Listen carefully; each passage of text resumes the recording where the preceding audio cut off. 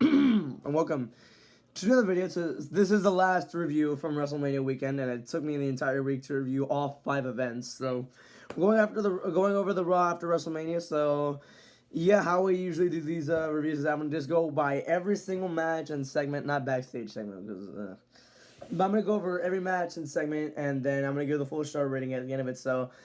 Start off with John Cena. John Cena opening the show. First time we're seeing him. First of all dark entrance, and seeing him with the 17th championship feels right, but at the same time it feels weird because he's heel. But whatever. John Cena did come out. He cut a pretty good promo in my opinion. Pretty cool how he just ruined wrestling, and yeah, the fans were on his side mostly. They're saying we are sorry and all that. But yeah, it was a pretty cool segment in my opinion. I'm gonna give it a 3.5 out of 5. It was pretty good, but then you had Randy Orton come out of nowhere, and Randy Orton RKO'd him. John Cena was like, "The champ is here." Randy Orton comes out, he's like, "Shit!" and then he just gets RKO'd. That was hilarious. I love it. I'm gonna give it a 3.5 out of 5. It was pretty cool. Next up was the Women's Tag Team Championship rematch between Liv and Raquel versus Becky and Lyra.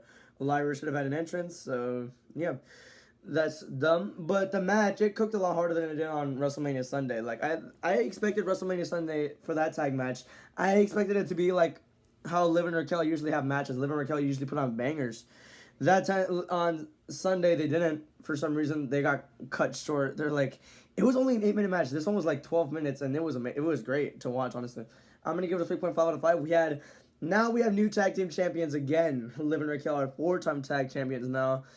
And yeah, that's basically it. And this set up for the inevitable Becky Lynch heel turn as she destroyed Lyra Valkyria. Attacked her like, 4 different times, and the crowd was chanting for Becky.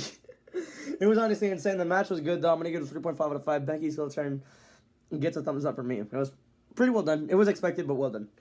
It's about time we see Becky heel, too. Hopefully they make it work this time. So, yeah. Next up was going to be the World Tag Team Championship match, Alpha Academy versus New Day. You had Rusev come back. Now, Rusev come back, honestly, I didn't have hype for it, but as soon as the music came, I'm like, oh, God, it's Rusev. Rusev came back, and honestly, that was a pretty fun return to witness. Although the bad thing is he made everyone, or he just destroyed another tag team in the very useless tag team division on Raw. Like on SmackDown, they're doing amazing. They have Fraxium.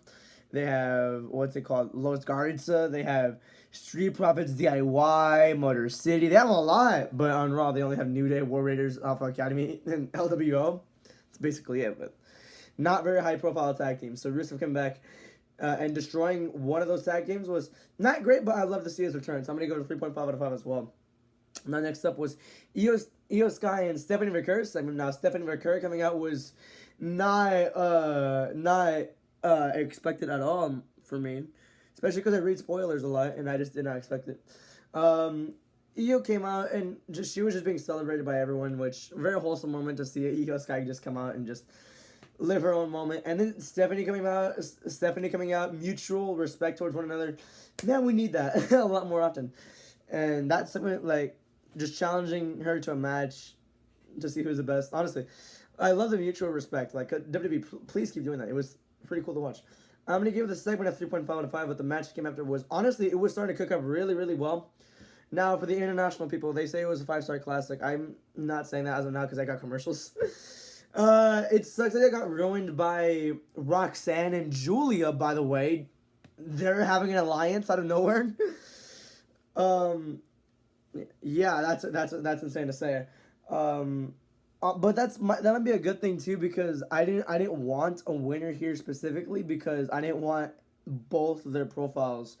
If one of them lost, I didn't want their profile to be like messed up because they just took a pin. No, I was okay with this one being a DQ.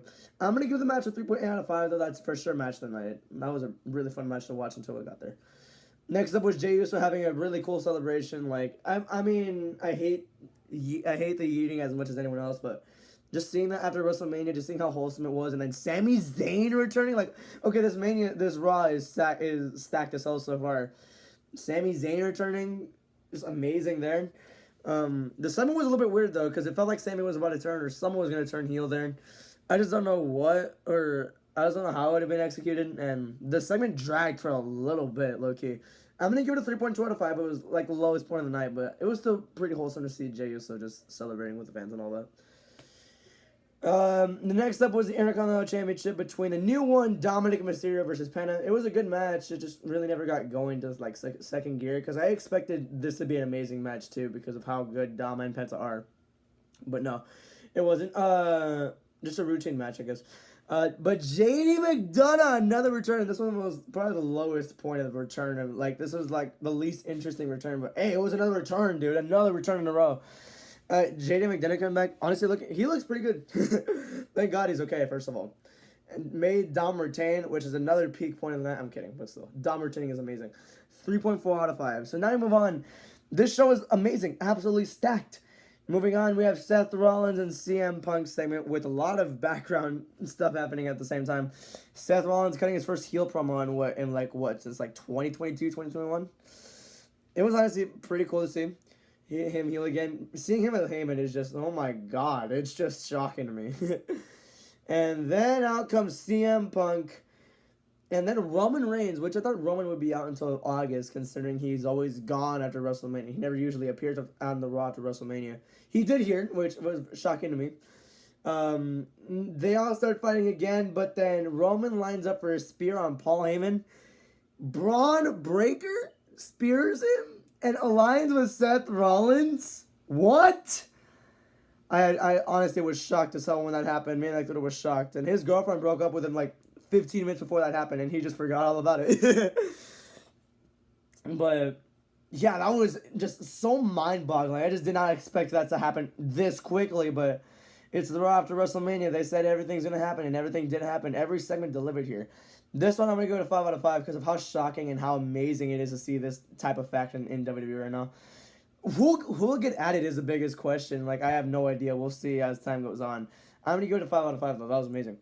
So, recapping, John Cena and Randy Orton one last time. That's how it's being advertised as well. One last time at Backlash. Wow. Raquel and Liv becoming 4-time champions. Wow. Becky Lynch heel turn. Wow. Rusev returning. Damn. Io and Stephanie cooking. Hell yeah. Roxanne and Julia coming on the show. Sami Zayn returning. JD McDonough returning. A new faction being formed at the end. Like, this show had it all. 5 out of 5. I don't care what anyone says. Show of the year. Show of the year. Show of the year. Better than the Elimination Chamber. Fight me. Goodbye.